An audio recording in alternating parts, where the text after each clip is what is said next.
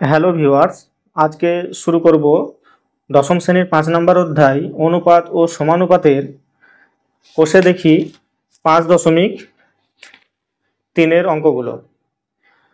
আমরা আগে আলোচনা করেছি এই অনুপাত ও সমানুপাতের 5.1 কোষে দেখি 5.2 অঙ্কগুলো। যদি কেউ না দেখে থাকো তাহলে অবশ্যই ওই ভিডিওগুলি তোমরা দেখবে, তবেই এই অঙ্কগুলো বুঝতে সুবিধা হবে।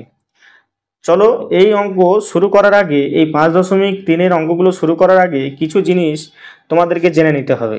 যেমন একান্তর প্রক্রিয়া কাকে বলে, বিপরীত প্রক্রিয়া কাকে বলে, বা ব্যস্ত প্রক্রিয়া কাকে বলে, আর আর জানতে হবে তোমাদেরকে যোগ প্রক্রিয়া কি, ভাগ প্রক্রিয়া কি এবং যোগ ভাগ প্রক্রিয়া কি, আর জানতে হবে সংযোগ প্রক্রিয়া কি।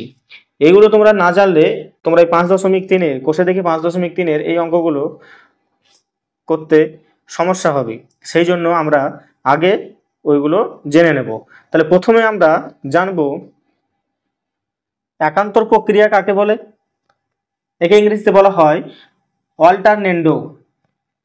একান্তর প্রক্রিয়া, দেখো এর ডেফিনেশনটা কীরকম, যে কোনো সমানুপাতের দ্বিতীয় এবং তৃতীয় পদ পরস্পর স্থান বিনিময় করলে ও পদ চারটি সমানুপাতে থাকে, করলেও পদ চারটি সমানুপাতে থাকে। সমানুপাতের এই ধর্মকে বলা হয় একান্তর প্রক্রিয়া। আমার শুধুমাত্র কি তৃতীয় এবং তৃতীয় মানে স্থান বিনিময় করবে, বাদবাকি যে প্রথম এবং চতুর্থ পদ কিন্তু একই থাকবে। তাহলে আমরা বলবো যে সমানুপাতের এটা একান্তর ধর্ম এখানে প্রয়োগ হচ্ছে।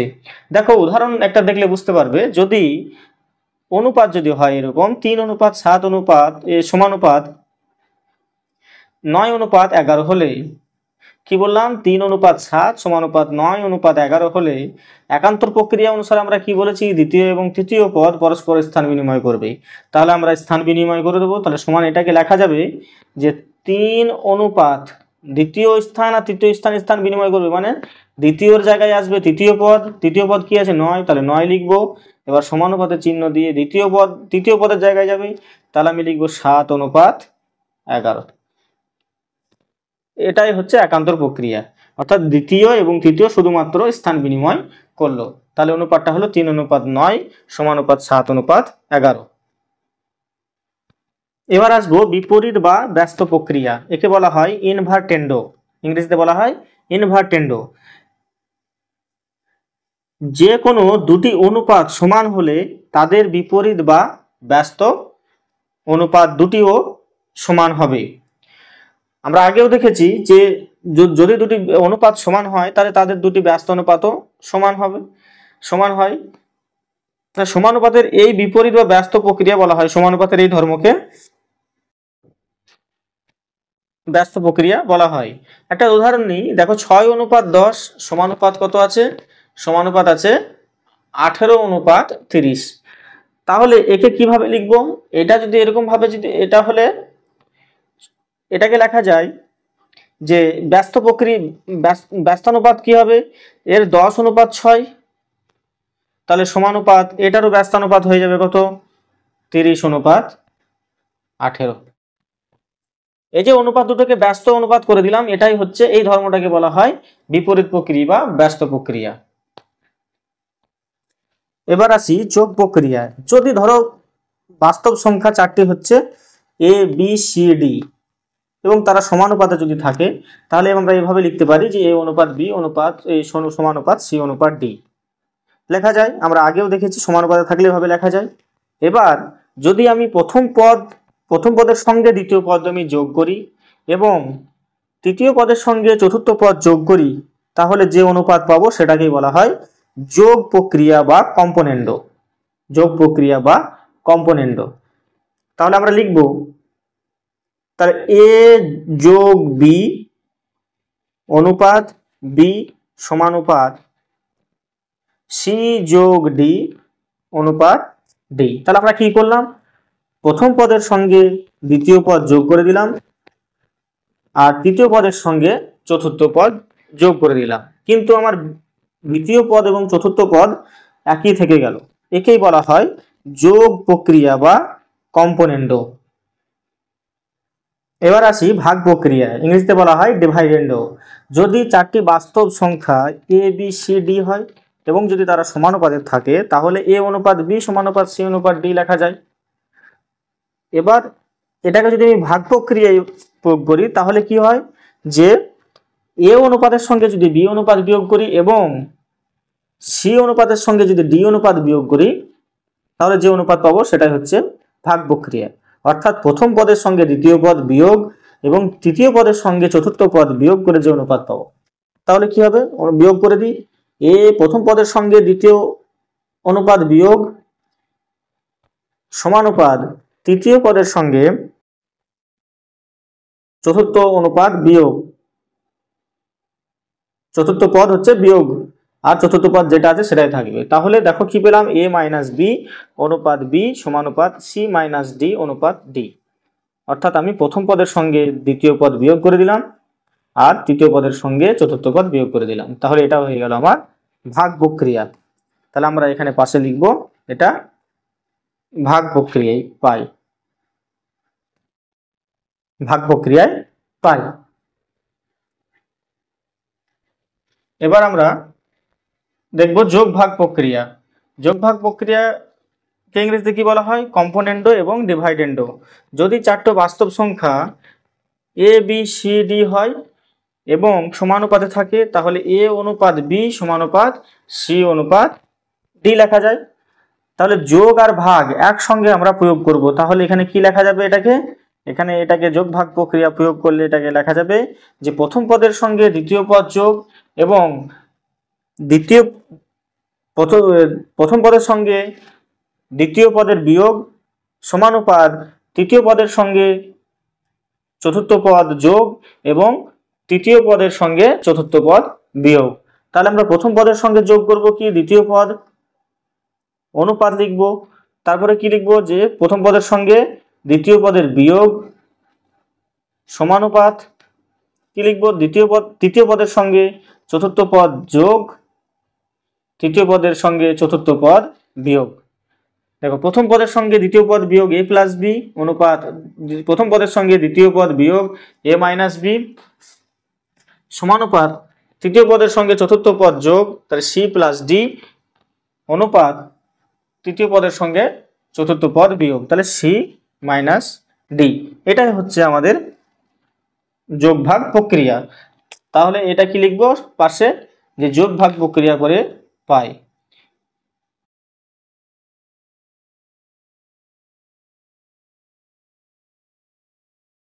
এবার আসি সংযোগ প্রক্রিয়াকে বলা হয় অ্যাডেন্ডো।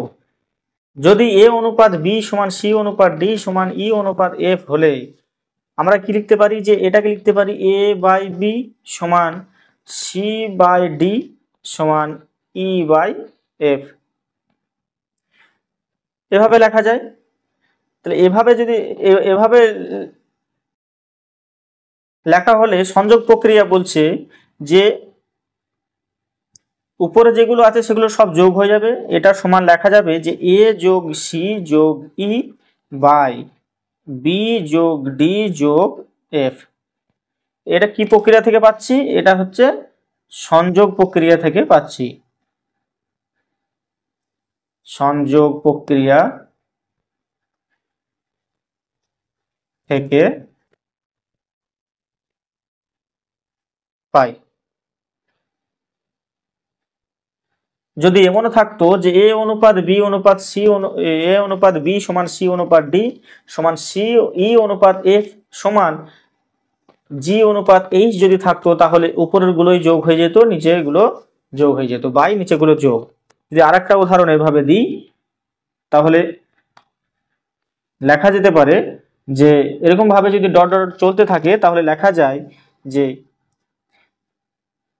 এ ওয়ান বাই বি ওয়ান সমান হচ্ছে A two by B two সমান A three by B three সমান A four by B four.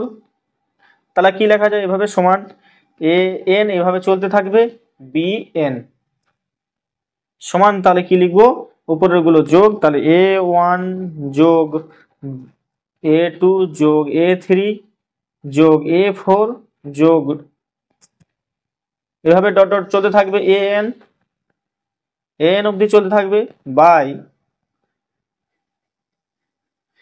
কি হবে নিচেগুলো B1 যোগ B2 যোগ B3 যোগ B4 যোগ ডট ডট ডট Bn।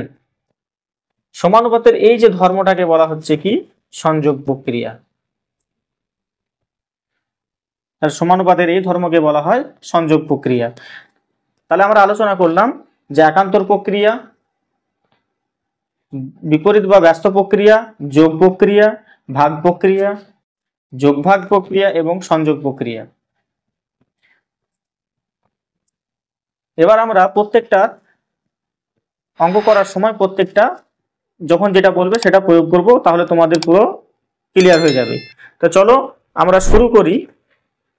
প্রশ্নে দেখি 5.3-এর 1 নম্বরের অঙ্কটা কি বলেছে যে A অনুপাত B সমান C অনুপাত D হলে দেখায় যে 1 নম্বর বলেছে স্কোয়ার প্লাস বি স্কোয়ার অনুপাত স্কোয়ার মাইনাস বি স্কোয়ার সমান AC যোগ BD অনুপাত হচ্ছে AC মাইনাস BD। তাহলে প্রমাণ করতে বলেছে এটা সমান এটা প্রমাণ করতে বলেছে। তাহলে প্রথমে আমি বাম পক্ষ প্রমাণ করব। বাম পক্ষ যদি ডান পক্ষে চলে আসে তাহলে প্রমাণ হয়ে যাবে যে এ বাম পক্ষ সমান ডান পক্ষ। তাহলে আমরা এই প্রক্রিয়াগুলো প্রয়োগ করেই, যেগুলো আমরা প্রক্রিয়া আলোচনা করলাম, এই প্রক্রিয়াগুলো প্রয়োগ করেই আমরা এর সমাধান করব। চলো অঙ্কটা করা যাক। তাহলে দেওয়া আছে A অনুপাত B সমান C অনুপাত D। তাহলে আমি ধরে নিচ্ছি, ধরি A বাই B, এটাকে লেখা যায় A বাই B সমান এটাকে কি লেখা যাবে C বাই D সমান হচ্ছে K। কিন্তু K এখানে কখনোই কি 0 নয়, তাহলে আমরা লিখে দেবো K নট ইকুয়াল টু 0। তাহলে আমরা লিখতে পারি যে A বাই B সমান হচ্ছে K, বা আবার আলাদা করে লিখতে পারি C বাই D সমান হচ্ছে K। তাহলে এখানে A সমান কত, তাহলে এখানে কোনাকুনি গুণ করলে A সমান বেরিয়ে যাবে BK, এখানে কোনাকুনি গুণ করলে C সমান বেরিয়ে যাবে DK। এবার আমরা কি করব, বাম পক্ষে মানটা বসিয়ে দেব। তাহলে 1 নম্বর যে অঙ্কটা আছে সেটা বাম পক্ষ লিখব। বাম পক্ষে কি আছে যে A square plus B square অনুপাত A square minus B square, এরকম অঙ্কটা আছে। তোমরা অঙ্কটা একবার দেখে নাও। দেখো, তাহলে বাম পক্ষে এবার আমি কি করব, এর মানটা বসিয়ে দেবো। তাহলে এটা সমান এইভাবে লেখা যায় যে A square plus B square by A square minus B square, এটাকে বাই করে লেখা যায় সমান, এবার এর মানটা বসিয়ে দেবো। এর মান কত, BK, এর স্কোয়ার আছে তাহলে উপরে হোল স্কোয়ার হবে, যোগ হবে বি স্কোয়ার বাই এর মান আমি আবার বসাবো BK, এর স্কোয়ার মাইনাস বি স্কোয়ার। তাহলে এটাকে ভেঙে কি লেখা যায়, এটাকে ভেঙে লেখা যায় যে বি স্কোয়ার কে স্কোয়ার মাইনাস বি স্কোয়ার, এটাকেও লেখা যায় বি স্কোয়ার কে স্কোয়ার মাইনাস বি স্কোয়ার। দেখো দুটোর মধ্যে কমন কি আছে, বি স্কোয়ার, তাহলে বি স্কোয়ার কমন নেব, কি পড়ে থাকবে এখানে কে স্কোয়ার মাইনাস এখানে কি পড়ে থাকবে 1, কারণ বি স্কোয়ার দুটোর মধ্যে কমন নিয়ে নিয়েছি, বাই নিচের মধ্যে এটা যোগ, নিচের মধ্যে কি কমন নেব, বি স্কোয়ার কমন নেব, কি পড়ে থাকবে কে স্কোয়ার মাইনাস কত পড়ে থাকবে 1, উপরটা প্লাস আর নিচে মাইনাস একই নয়। এবার আমরা কাটাকাটি করব, বি স্কোয়ার কেটে দেবো, তাহলে কি পড়ে থাকবে সমান কে square plus 1 by K square minus 1। তাহলে আমরা বাম পক্ষে কি পেলাম, K square plus 1 by K square minus 1। এবার আমরা ডান পক্ষ দেখব। ডান পক্ষে কি আছে, ডান পক্ষে আছে দেখো, ডান পক্ষে আছে AC প্লাস BD অনুপাত হচ্ছে AC মাইনাস BD। তাহলে আমরা এখানে লিখব যে AC যোগ BD অনুপাত AC মাইনাস BD, এটাকে লেখা যায় AC যোগ BD বাই এসি বিয়োগ বিডি। এবার মান বসিয়ে দেবো। এর মান কত পেয়েছি? আমরা এর মান পেয়েছি দেখো বি কে, আর সির মান পেয়েছি ডি কে। তাহলে আমরা এ আর সি এর মানটা বসিয়ে দেবো। তাহলে এর মান পেয়েছি বি কে গুণ সির মান পেয়েছি ডি কে যোগ বি ডি বাই বি কে গুণ ডি কে মাইনাস বিডি। তাহলে দেখো এই দুটোর মধ্যে কমন কি পাবো? আচ্ছা আমি এটা এই দুটোকে গুণ করে নিই। তাহলে গুণ করলে পাবো কত? কে স্কোয়ার বিডি বিয়োগ বিডি বাই এটা পাবো হবে কে স্কোয়ার বিডি বিয়োগ বিডি। উপরেটা যোগ নিচেরটা বিয়োগ। এবার নিচে দুটোর মধ্যে কমন কি আছে? কমন আছে বিডি বিয়োগ, তাহলে এটাতে কি পড়ে থাকবে? কে স্কোয়ার যোগ 1 বাই নিচে যদি বিডি কমন নিই কি পড়ে থাকবে? কে স্কোয়ার মাইনাস 1। তাহলে দেখো বিডি বিডি কেটে যাবে, তাহলে কি পড়ে থাকবে? সমান এখানে পড়ে থাকবে কে square plus 1 by K square minus 1। তাহলে আমরা দেখো বাম পক্ষে কি এসেছিল? K square plus 1 by K square minus 1, ডান পক্ষে হলে K square plus 1 by K square minus 1। তাহলে আমরা লিখতে পারি অতএব বাম পক্ষ সমান ডান পক্ষ। অতএব বাম পক্ষ সমান ডান পক্ষ। বাম পক্ষ ডান পক্ষ সমান মানে কি? তাহলে এটা সমান হয়ে গেল এটা। তাহলে লিখবো অতএব এ স্কোয়ার প্লাস বি স্কোয়ার অনুপাত A square minus B square সমান এসি যোগ বিডি অনুপাত এসি বিয়োগ বিডি। প্রমাণিত। চলো পরের অঙ্কটা করি, দেখি পরের অঙ্কটা কি বলেছে। পরের অঙ্কটা বলেছে যে A square plus AB plus B square অনুপাত A square minus AB plus B square সমান হচ্ছে এটা।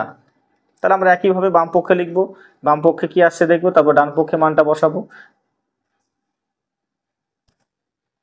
তাহলে দেখো এখানে কি প্রমাণ করতে দিয়েছে? Square plus AB plus B square অনুপাত হচ্ছে স্কোয়ার মাইনাস বি স্কোয়ার। তো A square minus AB plus B square সমান হচ্ছে C square plus CD plus D square অনুপাত C square minus CD plus D square. তাহলে আমরা লিখবো বাম পক্ষ। বাম পক্ষে আছে কি? A square plus A B plus B square অনুপাত A square minus A B plus হচ্ছে বি স্কোয়ার সমান এটা বাই এটা লেখা যায়। তাহলে আমরা লিখবো square plus A B plus B square by square minus A B plus B square. এবার মান বসিয়ে দেবো। এর মান কি পেয়েছিলাম? এর মান পেয়েছি আমরা বি কে। তাহলে আমরা এখানে লিখে দেবো বি কে এর হোল স্কোয়ার প্লাস এর মান কি পেয়েছি? বি কে ইনটু বি প্লাস হচ্ছে বি স্কোয়ার বাই এর মান পেয়েছিলাম বি কে এর স্কোয়ার মাইনাস বি কে ইনটু বি প্লাস হচ্ছে B square.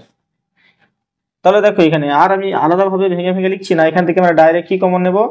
B square common নেব। বি স্কোয়ার কমন নিলে এখানে কি পড়ে থাকবে? কে স্কোয়ার প্লাস কে প্লাস 1। নিচে যদি বি স্কোয়ার কমন নিই তাহলে কি হবে? K square minus k plus 1। তাহলে এখানে বি স্কোয়ার কেটে যাবে। বি স্কোয়ার কেটে গেলে কি পড়ে থাকবে? পড়ে থাকবে কে square plus k plus 1 by K square minus k plus 1। এই দুটো জিনিস কিন্তু এক নাই, এখানে প্লাস আছে এখানে মাইনাস আছে। তাহলে আমরা এখানে বাম পক্ষ বেরোলো। এবার আমরা লিখবো ডান পক্ষ। ডান পক্ষে কি আছে? এবার আমি অনুপাতটা আমি লিখছি না, এবার আমি ডাইরেক্ট এটা বা এটাও লিখে দিচ্ছি। তাহলে c square plus CD plus হচ্ছে D square by c square minus CD plus D square. C এর মান বসিয়ে দেবো। সি সমান আমরা কি বেরিয়েছিলাম? D k. তাহলে ডি কে এর হোল স্কোয়ার, স্কোয়ার আছে শুধু সি এর মান ডি কে, আর এখানে স্কোয়ার আছে বলে স্কোয়ার দিলাম প্লাস সি এর মান ডি কে ইনটু ডি প্লাস হচ্ছে ডি স্কোয়ার বাই ডি কে এর স্কোয়ার প্লাস হচ্ছে ডি কে ইনটু ডি প্লাস হচ্ছে ডি স্কোয়ার। দেখো প্রত্যেকটা থেকে ডি স্কোয়ার কমন আছে, তাহলে ডি স্কোয়ার কমন নিলে হবে k square plus k plus one by, এটা হবে ডি স্কোয়ার কমন নিলে হবে কে স্কোয়ার, সরি এখানে মাইনাসটা আছে, এখানে দেখো মাইনাস আছে, তাহলে k square minus k plus one, তাহলে ডি স্কোয়ার কেটে যাবে, তাহলে কি থাকবে সমান কে square plus k plus one by K square minus k plus one. তাহলে কি হয়ে গেল, বাম পক্ষ সমান ডান পক্ষ, অতএব লেখা যায় যে বাম পক্ষ সমান হচ্ছে ডান পক্ষ। তাহলে বাম পক্ষে কি ছিল, অতএব square plus A B plus B square অনুপাত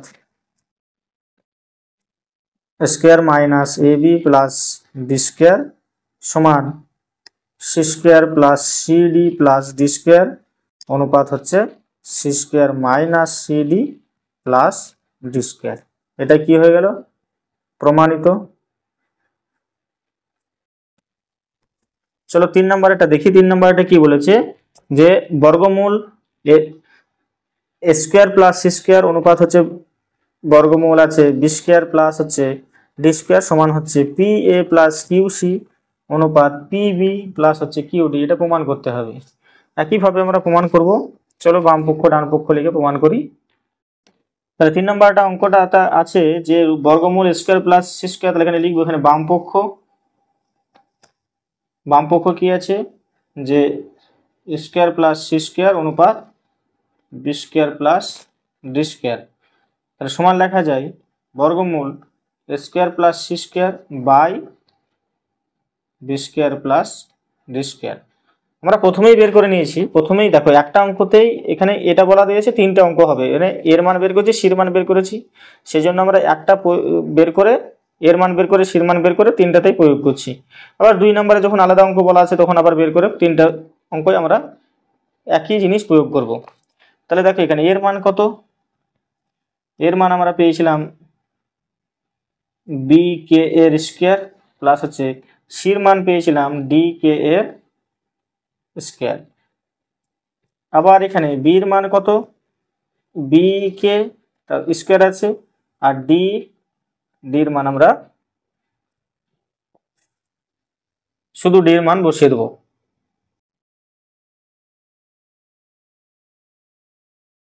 তাহলে এখান থেকে দুটোর মধ্যে কি কমন আছে, কে স্কোয়ার কমন আছে,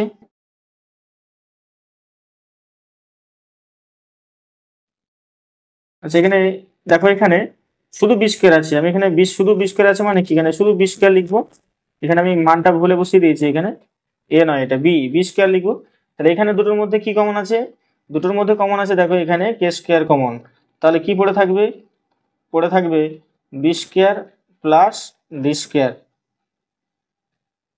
বাই নিচে কি পড়ে থাকবে বর্গমূল B square plus D square. তাহলে দেখো কে এর স্কোয়ারের বর্গমূল কি, কে এর স্কোয়ারের বর্গমূল যদি এরকম ভাবে কে স্কোয়ার থাকে তাহলে শুধু দুটো কে এর মধ্যে একটা কে বেরিয়ে চলে আসবে বর্গমূল যেহেতু, তাহলে শুধু কে হবে, তাহলে কে ইন্টু বর্গমূল B square plus D square, নিচে আছে বর্গমূল B square plus D square, তাহলে দুটো বর্গমূল কেটে যাবে একই, তাহলে শুধু হয়ে গেল কি কে। তাহলে আবার লিখবো ডান পক্ষে প্রমাণ করব, ডান পক্ষে কি আছে পি এ প্লাস হচ্ছে Q C by P B যোগ হচ্ছে কিউ ডি। মান বসিয়ে দেবো আমরা, পি ইন্টু এ এর মান পেয়েছি কত বি কে যোগ কিউ ইন্টু সি এর মান পেয়েছি কত D K by P B plus হচ্ছে কিউ ডি। তাহলে এখান থেকে কি কমন আছে, দেখো এখান থেকে কে কমন আছে, তাহলে কি পড়ে থাকবে এখানে পিবি আর এখানে কি পড়ে থাকবে কিউডি বাই নিচে কি আছে পিবি যোগ কিউডি।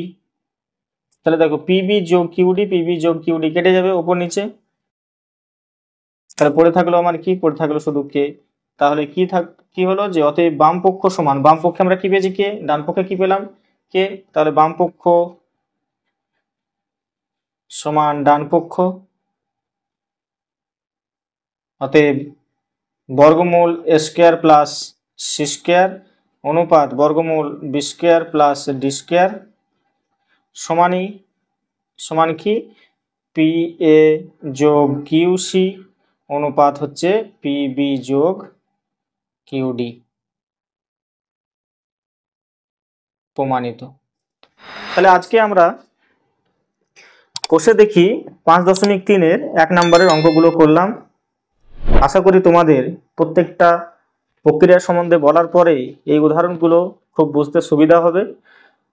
যদি বুঝতে সুবিধা হয় তাহলে চ্যানেলটিকে অবশ্যই সাবস্ক্রাইব করবে এবং বন্ধুদের সঙ্গে বেশি বেশি শেয়ার করবে। ধন্যবাদ।